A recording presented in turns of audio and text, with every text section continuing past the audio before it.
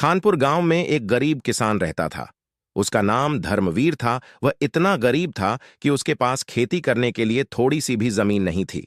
वह प्रतिदिन पास के नदी में जाकर मछलियां पकड़कर अपने घर लाता था और मछली को खाकर अपने पूरे परिवार का पेट भरता था। उसके परिवार का पालन पोषण किसी तरह से चल रहा था। वह किसान प्रत्येक दिन नदी के किनारे आता था और मछली पकड़ने वाली मजबूत जाल का प्रयोग कर नदी से मछली निकालता था और अपने घर ले जाता था। कुछ दिनों के बाद नदी में मछलियों की संख्या काफी कम हो गई थी। यह देखकर नदी में बाकी मछलियां काफी परेशान एवं डरी सहमी सी रहने लगी थीं। एक दिन की बात है, उन मछलियों में से एक मछली ने एक दिन एक जलपरी को नदी किनारे पत्थर पर बैठे देखा। वह मछली रोते हुए जलपरी के नजदीक गई। मछली को रोते देखकर जलपरी ने उससे पूछा कि कहो, क्या बात है? वह मछली बोली कि एक आदमी प्रतिदिन नदी में जाल डालकर मछलियों को अपने जाल में फंसाकर पानी से बाहर निकाल लेता है और फिर अपने घर ले जाता है। इस कारण इस नदी में काफी कम मछलियां रह गईं। बाकी बची मछलियां काफी परेशान और तनाव में हैं। जलपरी ने कहा कि तुम परेशान मत हो। अगले दिन जब वह किसान नदी किनारे मछली पकड़ने के लिए आएगा तो मैं उससे बात करूंगी कि वह ऐसा क्यों कर रहा है। अगले दिन जब किसान उस नदी में मछली पकड़ने के लिए आता है, जलपरी नदी के पानी से बाहर आती है और उस किसान को कहती है, तुम रोज रोज यहां से मछली पकड़कर घर ले जाते हो, इस कारण तालाब में मछलियां काफी ज्यादा कम हो गई हैं।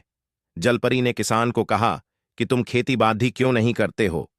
किसान ने कहा, मैं काफी गरीब आदमी हूं, मेरे पास खेती करने के लिए जमीन नहीं है। मैं खेती कैसे कर सकता हूं? मछलियां पकड़ कर अपने घर ले जाता हूं, इससे मेरा परिवार का पालन पोषण होता है।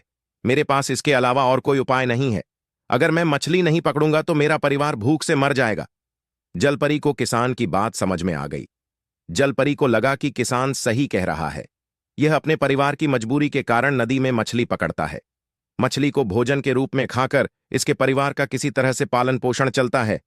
जलपरी को उस किसान पर बहुत दया आ गई। इसके बाद जलपरी पानी में गोता लगाती है और कुछ ही देर में अपने हाथ में कीमती मोती लेकर नदी से बाहर आ जाती है। जलपरी किसान को वह मोती हाथों में पकड़ा कर कहती है कि यह कुछ मोतियां हैं, इसे बाजार में ले जाकर बेच देना और उस पैसे से अपने लिए खेत जमीन खरीदकर खेती बाड़ी करना शुरू कर देना। इससे तुम्हारे परिवार का भरण पोषण भी अच्छे से हो जाएगा और बेचारी इन मछलियों की भी प्राण रक्षा हो जाएगी।